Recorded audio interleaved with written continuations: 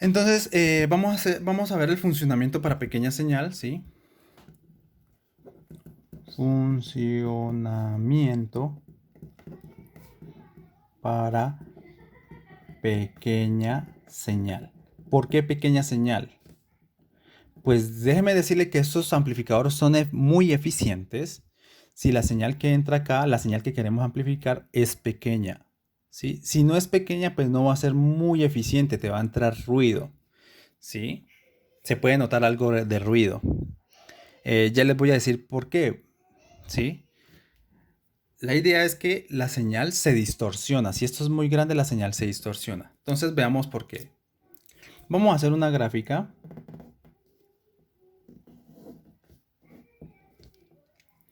eh,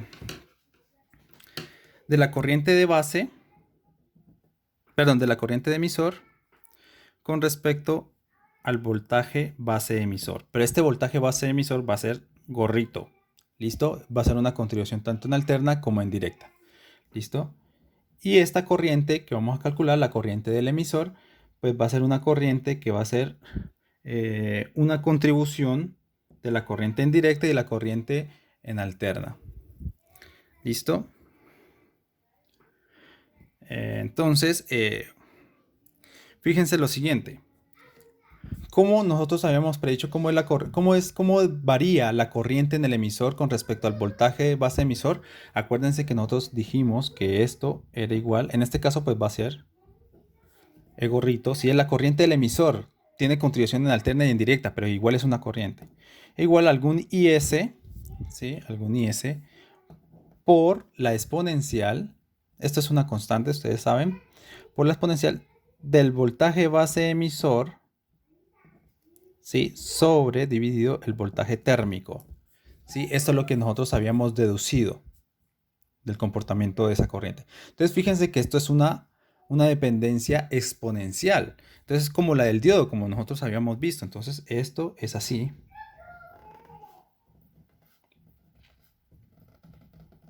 ¿Sí? Es exponencial. Ahora supónganse que nosotros ponemos el punto Q de trabajo, que, ¿sí? Digamos, del diodo base emisor aquí. ¿Sí? Ese es el punto de trabajo, pero en directa. ¿Listo? Entonces tenemos algo así. Este es el punto Q. Y aquí tenemos que este es el voltaje base emisor, ¿sí? Pero en directa, ¿sí? Entonces, a este voltaje base emisor, pues, más tarde le vamos a aumentar la señal alterna, ¿sí? Entonces, para este voltaje base emisor, pues va a existir alguna corriente de emisor que va a ser IE, ¿sí? Acuérdense que las mayúsculas, estamos etiquetando las mayúsculas para parámetros en corriente directa. ¿Listo? Bueno, ahora, ¿qué pasa?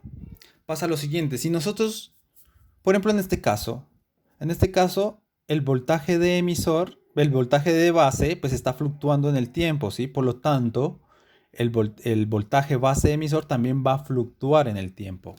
O sea que esto va a tener, ¿sí? Supongamos que seguimos derecho.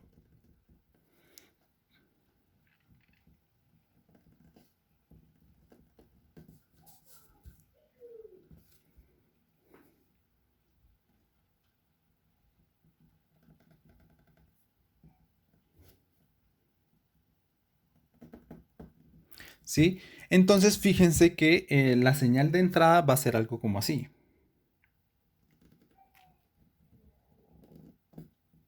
Así sucesivamente. ¿Sí?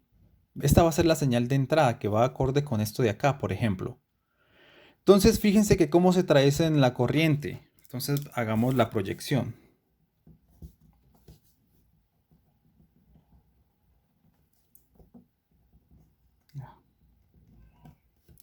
¿Sí?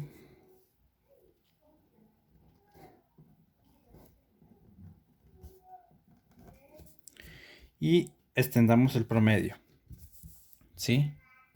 Entonces fíjense que acá lo que vamos a tener es que si aquí este 0 pues va y coincide acá. Sí, a ver. Coincide acá. Sí, acá pues me faltó espacio, pues va a quedar un poco amontonado, pero bueno. Entonces, cuando la señal está aquí, pues entonces el reflejo pues va siendo esta IE por medio, ¿sí? La corriente directa en el emisor. Entonces, cuando llega un máximo, pues entonces aquí también va a ir a un máximo. Después llega y se va a un mínimo. Después llega, sí, después llega y otra vez a un máximo. Entonces, fíjense que esto es una señal senoidal, ¿sí? Supongamos, es una señal senoidal. Entonces, acá que ustedes qué piensan, ¿sale una señal senoidal en la corriente? No, no sale una señal senoidal. ¿Por qué? Porque tiene una simetría. La señal de acá en el eje positivo, en el ciclo, en el semiciclo, en el ciclo positivo, pues es mucho más grande que en el ciclo negativo, ¿sí? Entonces hay una distorsión de la señal. La señal se distorsiona y eso te puede entrar ruido, ¿sí? No, pues si ustedes amplifican, bueno, sí, van a tener una señal, ¿sí? Pero si, no, si la quieren totalmente limpia, pues por ahí es conveniente eh, no trabajar con señales grandes, ¿sí? Señales grandes, si esta señal es muy grande, entonces fíjense que va a aparecer una distorsión. Entonces coloquémosla aquí, distorsión de la señal. O sea que la señal de acá también te va a salir toda distorsionada. O sea, el semiciclo positivo te va a salir mucho más grande que el semiciclo negativo. Y pues eso pues ya no es una señal amplificada. La señal que sale aquí pues ya no va a ser una amplificación de acá, sino que va a ser una señal amplificada pero distorsionada.